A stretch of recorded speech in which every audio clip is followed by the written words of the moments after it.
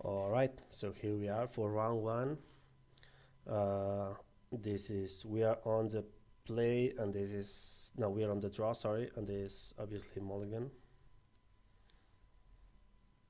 All right, this is not a good hand either, but I think we are on the draw. We have this guy and an extra draw step.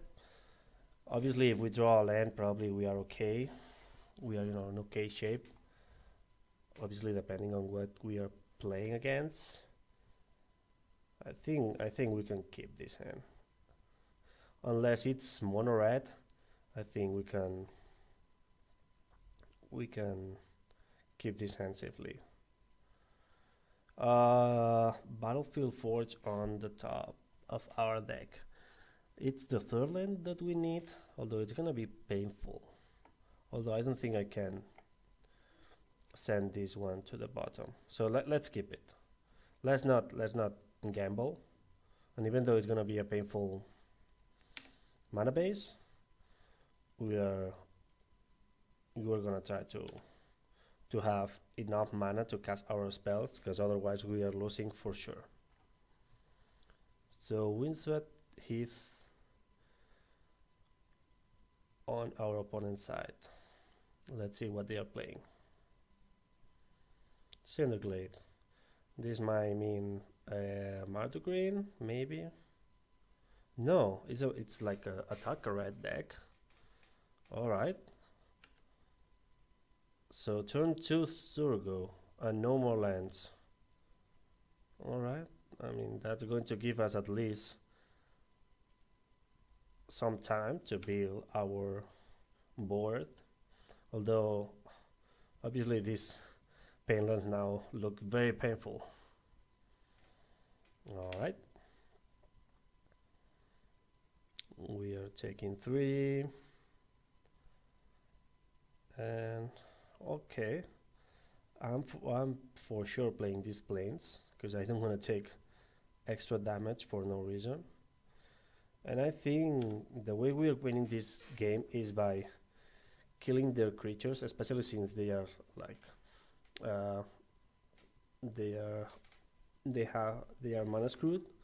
The best way to win is removal spell, Goblin Dark Dweller, Struggle spell.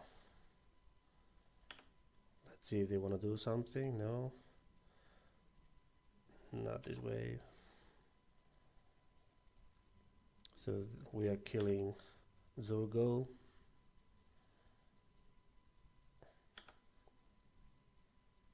Okay, so they drew Cinderglade.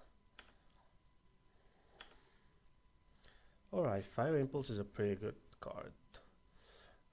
So we are actually going to main phase this one,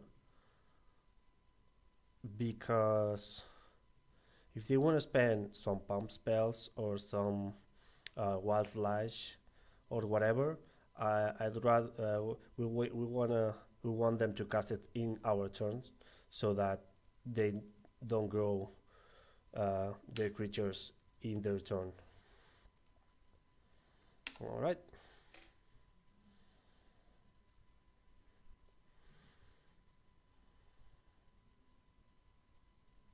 All right. So here we are not going to Crackling Doom end of turn, since we have Goblin's Dark Dweller, and we wanna be able to take advantage of our spells in the graveyard. We're taking a bunch of damage, so we need to hurry up and close this game as fast as possible. So here, I guess it's Fire Impulse.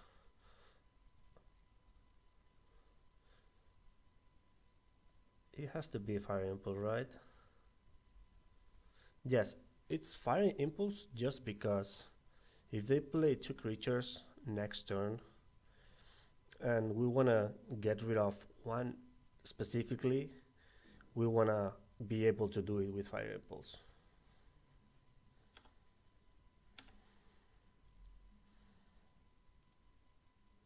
All right.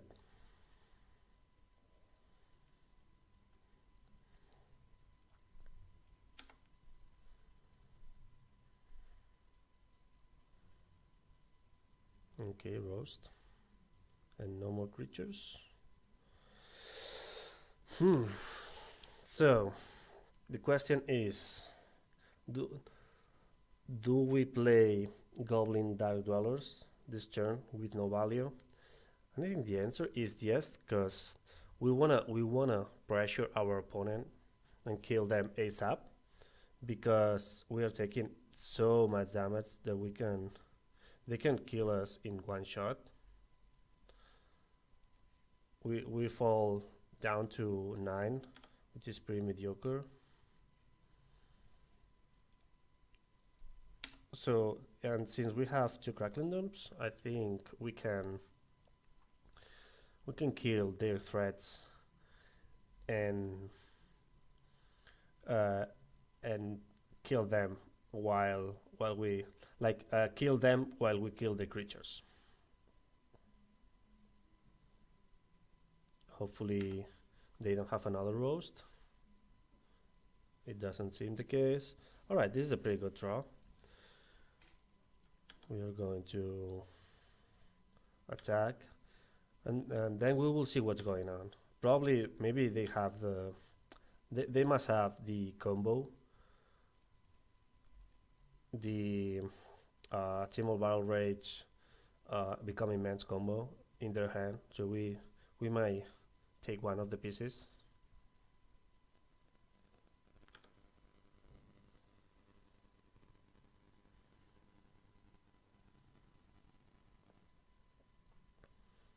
Alright.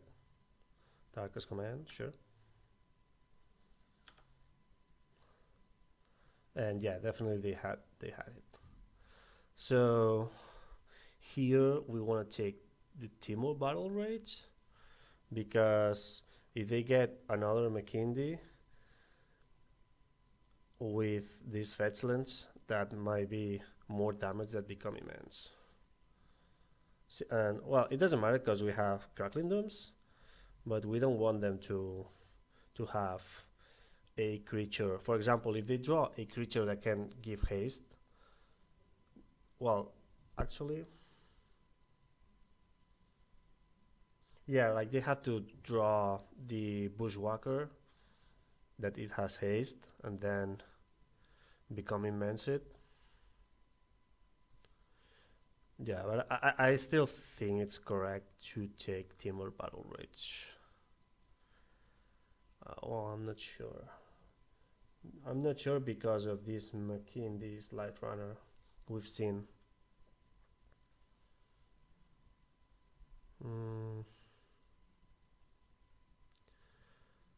I think it's just better to take Timor Battle Rage. Not sure again. Maybe Become Immense. I think it's Become Immense just because probably we can trade with any creature they Timor Battle Rage with, but we cannot trade with Become Immense. So yeah, let's take Become Immense.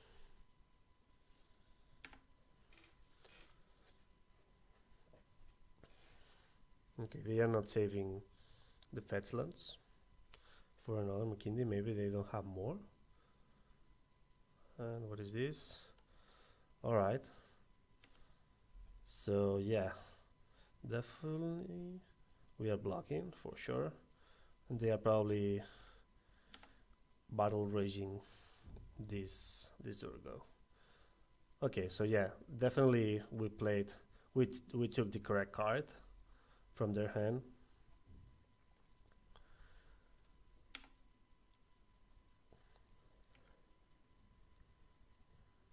And now we have mana to cast Crackling Doom twice.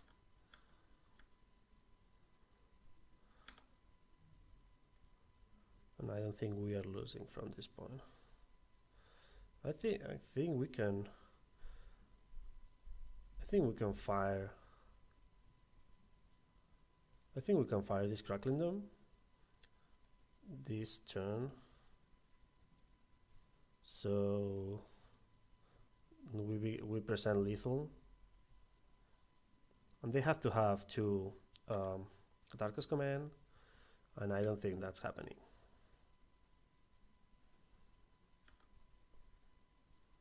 Because they could have played them right away.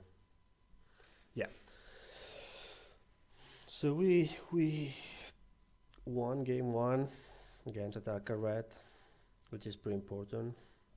I don't think we are.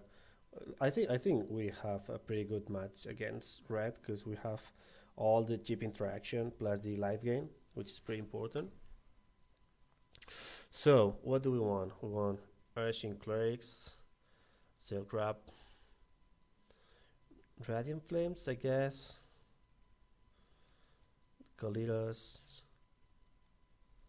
and we haven't seen any token generator, so we are not gonna bring Virulent Plague nor Hollow Moonlight.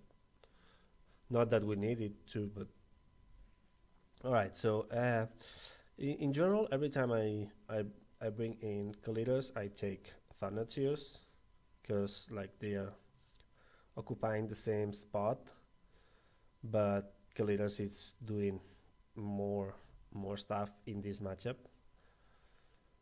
So cards I don't like. I don't like Ruinous Path. It's low and it doesn't do much. And we have these Radiant Flames. I don't like Read the Bones too much in general, and I don't like having 4 Golden Dark Dwellers. It's expensive and slow, and we don't wanna rely on them. And I don't think Crackling Dome is also is not good either. So we are gonna trim one of them. I like having access to Chandra, even though it's a 6-drop, because it can act as a wrath if we need to, and it also can close games pretty quickly. All right, another one lander. It was a pretty good hand, but we don't have enough mana, so let's mulligan. This is an okay hand. It's not good, but it's good enough. We have access to early removal spells, and if we draw lands, we have access to more removal, and then we have the top end. Let's keep. Essentially, I think we are going to put anything but lands on the bottom. We definitely need lands. No one drop, okay, that's good. And here we are going to start with Smoldering Marsh, since we're going to have access to Fire Impulse next turn. We drew the third land, although it's going to be a tap one. Alright, no 2-drop. Well, that's weird. Okay, we drew the untapped land we needed to. We needed to draw for Crackling Dome if we need to. If we need to cast it next turn. Let's see. Okay, so they fetch for Double Mountain, so they have to have Cinder Glade in their hand, I guess, or another fetch.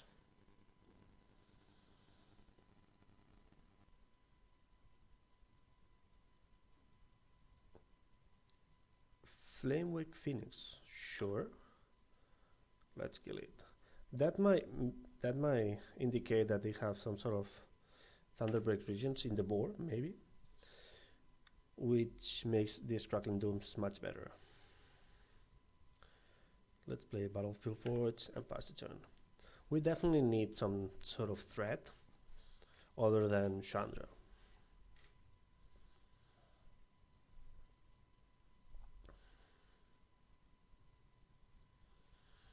We are going to probably Crackling Doom any creature they play this turn.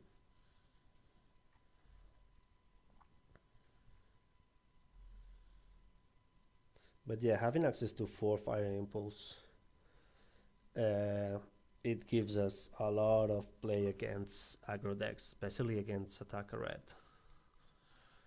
Plus, having access to the most powerful 2 drops like Seeker and Soulfire gives us a lot of play against them. I think Seeker of the Way, even though it hasn't been played too much lately, it's one of the best 2 drops in this deck because it allows us to be the aggro deck on the play. And speaking of the devil, alright, so let's play it. Now we can play Smoldering March tapped and pass a turn. And now we can start putting pressure on our opponent.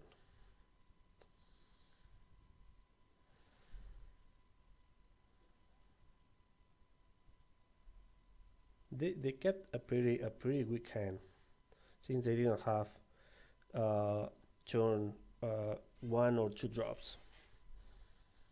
I think they should have mulligan.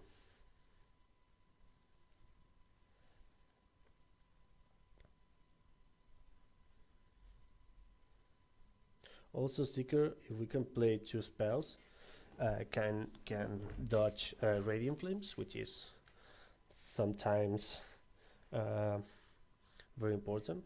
Alright, Roast, that's fine. If they are not progressing their board, we are okay with this.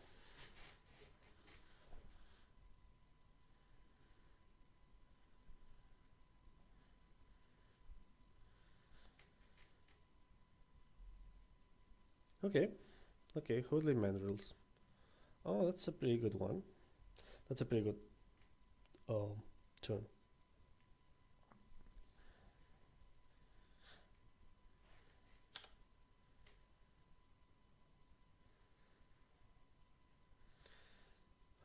Let's dress and see what's going on.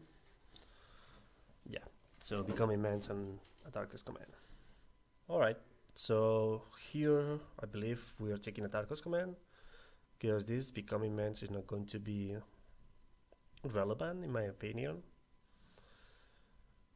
We are crackling down them next turn and we are gonna do it before they do anything just because we want them. Well, if they draw, no, they have no cards in their graveyard, so it's better to take Atarka's Command. They cannot Timor Battle Rage and Become Immense next turn anyway.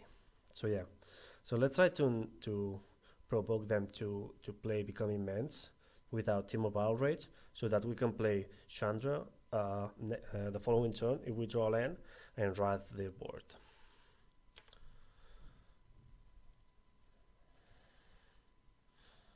And we are going to Crackling Doom now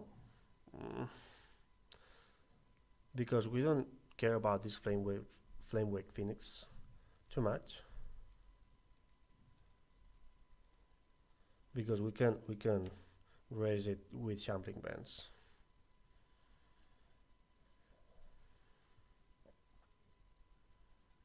Actually, they actually, now that I see it, they actually can Timor Battle Rage and Become Immense. Luckily, they didn't draw it.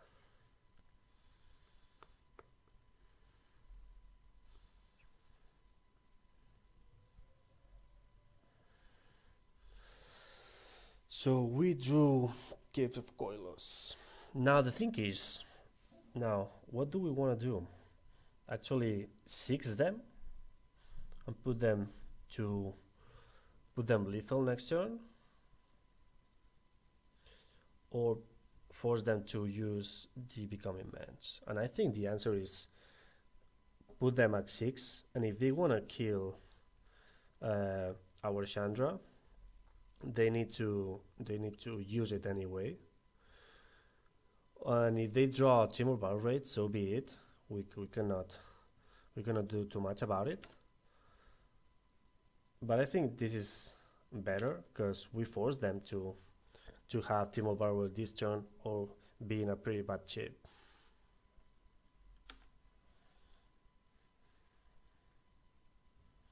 And I don't think they left too many Battle Rage post board. Abbott into Flameware Phoenix. That's a shame. And now they have to do it. They cannot do it now, actually. Since they didn't draw a land, they cannot kill this Chandra. So they might be forced to stay behind. Okay. They attack Chandra. Okay, that's fine. And now if we draw a removal spell, which we did, this is game. You know, the last card is becoming immense, so this is game. Yeah, here being proactive and being aggressive has rewarded us. Alright, so we won this round against Atarka Red in a pretty good fashion. I'll see you next round.